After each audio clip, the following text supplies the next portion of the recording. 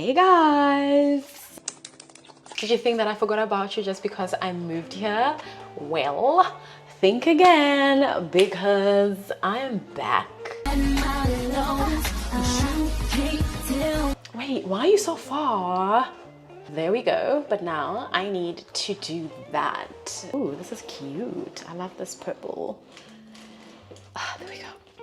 Welcome to a new video. I was supposed to shoot this video as a crash out, but right now, as I am tired and I just came back from work, I'm feeling energized. I want to record this video and talk about how much I spent moving into this apartment, because I did promise that I was going to be transparent with you guys and I was going to give you all the ins and outs of how I got this place or how much I paid to get this place. And I'm going to try to give like an estimate, especially for the costs that I don't have, because I did not calculate. Guys, when I swipe for things, when I swipe for stuff, I don't want to see the statements, I don't want to see the proof, I don't want to see the evidence, because it don't stress, it don't study, you know, chest pains. And you guys know I don't know how to use money, but lately I've been very stingy because I am working on 2 businesses. So Tapio and I are working on an exciting venture that's going to be launching in February 2026. Super excited, and you guys are gonna love it. So please, when it does launch, please support, guys. I cannot share the details yet because I want it to be very strategic, but if you go back to all my other videos, you get like a sense of what we're working on. I'm working on Mapula Swim. Guys, sometimes my brain is very interesting, right? I don't know what triggers its creative process, because let's do a little bit of a step back and talk about Mapula Swim before I get into how I paid for this apartment, because I feel like you guys deserve an update. You guys remember that last time I posted a video talking about Mapula Swim is making a comeback. Hi everyone, I'm Karabo and I'm the founder and creative behind Mapula Swim, and this is the series From Stage to Seaside, where I'll be bringing you all the behind the scenes of everything it takes to relaunch Mapula Swim. This will be all the fabric shopping, the logo, and everything towards the relaunch in 2026. I just want to take you behind the scenes so that you're also inspired to start your own business and get to understand what it takes to bring you quality swimwear. I'm excited and I hope that you're going to be joining me on this amazing journey. It's going to be exhausting, emotional, but I wouldn't do it with anyone else but you guys. Come along with me on this series of Stage to Seaside for Mapula Swim's relaunch in 2026. Yes, it is making a comeback. It was supposed to be relaunching in February, but because of the trip that I'm going to be taking, which I'll be taking you along,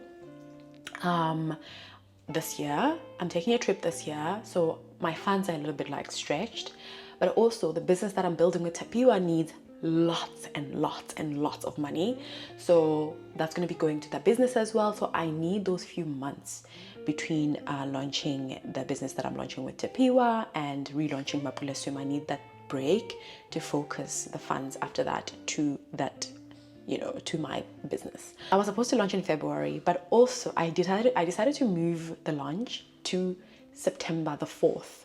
So Mapula Swim is relaunching on September the 4th, and I think it's such a great thing because I didn't want Mapula Swim to compete with the business that we're launching in February. I don't want the marketing to compete. I don't want the ideas to compete. I don't want anything to overlap.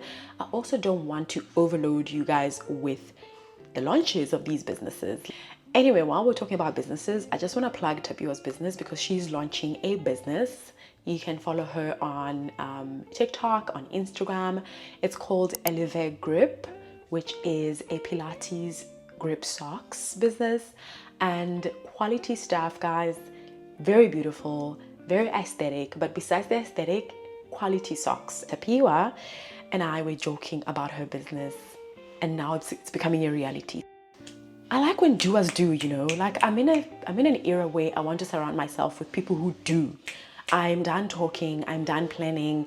I don't want to find myself being with people who are also planners, dreamers, because we are never going to do anything. So if you surround yourself with people who talk about something and they do it, you're also going to be motivated to do. I was sitting there and I was like, Mapula Swim is about culture, right? It's swimwear, but it's about culture. don't get me wrong and think that the patterns or the prints are going to be like cultural. We don't do that. No, we're not trying to do like my friend who said Mama Africa. But Mapula Swim is an ode to cultures that exist in South Africa. It's about introducing all these multiple cultures, all these diverse cultures to a wider audience, to exchange those cultures within us, to also open them up to other people outside of the cultures. It's about teaching people about our languages, about our names, about, you know, our roots. I want, you know how Jacquemus launches his or their, because I mean it's a brand outside of him being, you know, Jacquemus. But you know how he's always telling a story with each and every launch of his collection. I want the first collection to tell a story because the colors are so bright. The colors are a representation of where I come from. The colors blue, burnt orange, I'm not going to mention all of them, like they remind me of the Sepedi traditional attire. They remind me of the Tsonga traditional attire, Venda traditional attire. You know, those colors specifically. What I wanted to do was I thought of shooting this whole campaign at a beach or at a villa or something. But imagine somewhere, a woman in somewhere.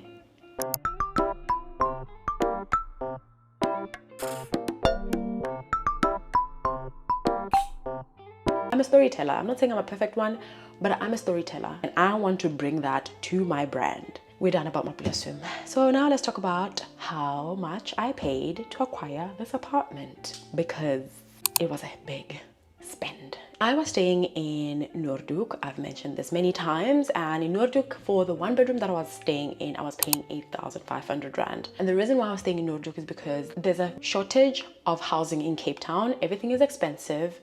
And as mentioned in my previous videos, a lot of people who rent in Cape Town pay their rent in advance and like 12 months altogether. So people like me who rely on paying rent monthly, we can't compete with that. When I found the place that I was staying at, I found it through the landlord. It made the whole process much easier. I don't like dealing with agents, guys, because they take their time, they rip people off, they've got their own, yeah. And by the way, did you know that you don't need to pay 2 months deposit? It's actually illegal to do that, but we're not questioning anybody in Cape Town, you know? Yeah. I've been reading up a lot on property laws and rental laws and all these other things, but you know what, because I want a place and I want to still be in Cape Town and I'm still enjoying my life here, we're not going to complain. At the time, my job was about 15 minutes drive, and I was paying around 120 rand an Uber ride, so which means in a day I would be paying 240 rand a day for Uber. That was a lot of money. I think it amounted to around 2,000 something or 3,200 rand in a month. I put in my notice, first of all. Then I started viewing apartments. I think for Uber, just for Uber with the viewings that I was doing, I would say that I paid 600 rand for the times that I was viewing the apartments, leaving work during my lunch hour to go view an apartment. And then I had to pay for storage. My storage at the time, it was costing me 1,400 rand for the deposit, and then 1,300 rand for the monthly fee. Lucky enough, I didn't buy any boxes because at work they've got boxes that they throw out and it's really quality boxes, so I was lucky that I could take those. On top of the storage, I paid the delivery guy, Johan's Transport, who is the man who was moving my items from my house to storage, from storage to where I'm staying. So for my house to storage, he charged me 650. I also decided to clean the apartment there by myself, like to clean it myself, because there was no time for me to hire someone for them to go there. The transition was not as smooth as I had hoped, so I just did that myself. Lucky as well, I always take care of apartments that I stay in, so I didn't really need to fix anything. I had to pay the moving from storage to here. So Johan has charged me around, he's charged me 1,600 rand from moving my things from storage to my place. But when I was staying in Sea Point, I think they were about, I stayed in Sea Point for like 2 weeks, if I'm not mistaken.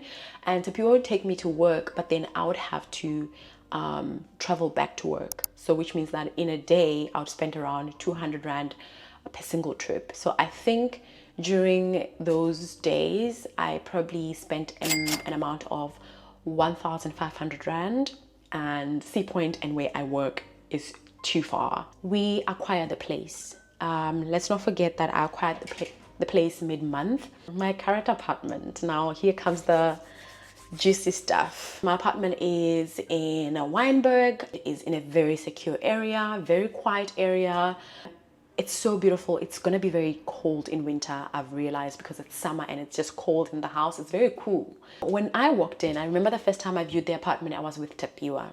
And we walked in and Tapiwa was like, I see vision. I see, this is your apartment. And I was like, I see that. It's really beautiful. This is my apartment. I'm starting Mapula Swim again, and I'm gonna need all the space. And this is the era where I am not going to be second guessing myself. I'm going all out to get all the things that I deserve. I am literally putting my energy and my all commitment and everything into Mapula Swim, into the business that we're building, into connections, into making money, into building a legacy for myself. So I thought to myself, if I don't take the risk, then I'm always gonna play it small. So if you're watching this and you're wondering, oh, I'm scared to do this, I'm scared to do that, I'm scared to move to another country, I'm scared to move to Cape Town, I'm scared to try something new, I'm scared to leave my job, always know that, oh, I'm scared to leave a relationship, always know that fear will stop you from experiencing life fully. Yes, it's gonna be very scary, but do not ever for a single second doubt yourself. You guys remember all the things that I want and cannot compromise in an apartment that I'm looking for, right? It needs to be bright, natural light needs to be at 100. So when I found this place, I was like, good shot, this is where I want to stay. My apartment is a 2-bedroom. It has a big lounge, which I am gonna turn into, it's an open lounge and dining area. So it already has my old couch, which I'm gonna be selling. And then it's gonna have a reading nook and also a dinner table and obviously the lounge. And then it has this kitchen, which is a little bit small, but I'm not complaining. I wish there was an outlet or an inlet for a washing machine, but I can only fit my dishwasher, which, look, whatever. It is a 2-bedroom and it's amazing. I've got parking inside, it's safe, there's cameras around, so all good. I'm currently paying 10,000 rands for my apartment. And honestly speaking, it is a bargain for the place that I got. If I'm being honest, it's a bargain. Comparing to all the places that I've seen, all the amounts that I've seen, because there was an apartment that I was about to apply for and I was going to view, they cancelled the view, and this is when I got my lease from my current agent that got me this place.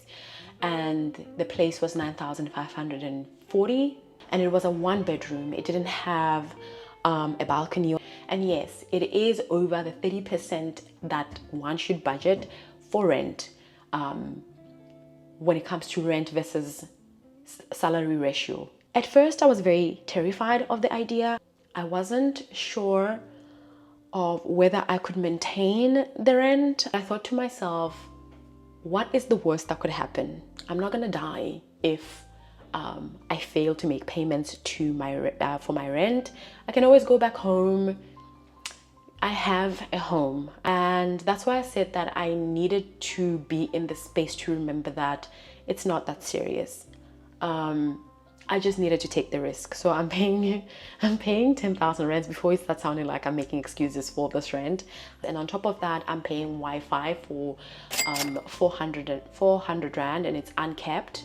And then the deposits. So you guys know that there's always like credit checks and application fees and lease fees and all these other things. I had a lease fee of 1,500 rand, and because I was very frustrated, but also I was very frustrated, so I asked for a discount. It was 1,500 rand, and shame they cut it to 1,000 rand. So I'm lucky. Guys, I've learned to negotiate. I've learned to literally negotiate for every single thing. And then my deposit was a double deposit. And sometimes when you are in a situation where you can't afford a double deposit, you can negotiate to pay it over a few months or over 2 months. But for me, I was very frustrated with the process that I wanted to close the lease or the signing of the lease as soon as possible. I didn't want to delay all that, all that situation.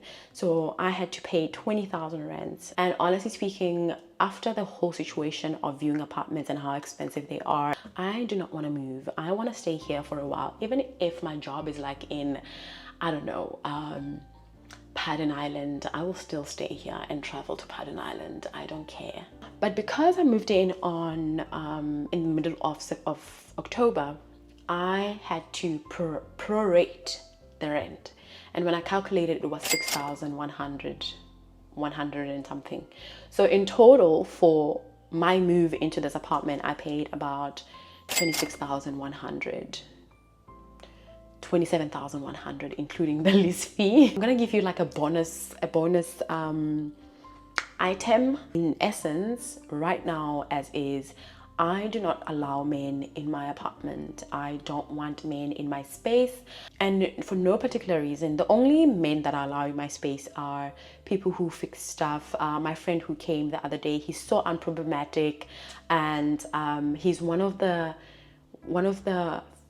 very few guy friends that I foresee myself building a friendship with, because like I said, like in one of my old videos, that as much as my disdain for men grows every single day, I do open myself up to building strong relationships with men, strong friendships with men. The friendships that I have so far are very respectful, very open as well. But these are people that I trust. These are people with good characters, and I don't mind like being around them and knowing that I'm gonna be safe.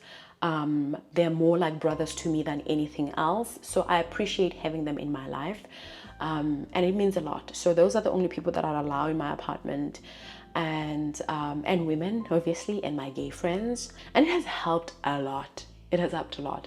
Imagine giving somebody a chance and they come and ruin, and then they come to your place and then they act like a fool, and then they ruin, how you see your place. And now you just, every time you walk into your apartment, you just think about that person and how they messed up your life. Oh. And then, yeah, my cats are home now.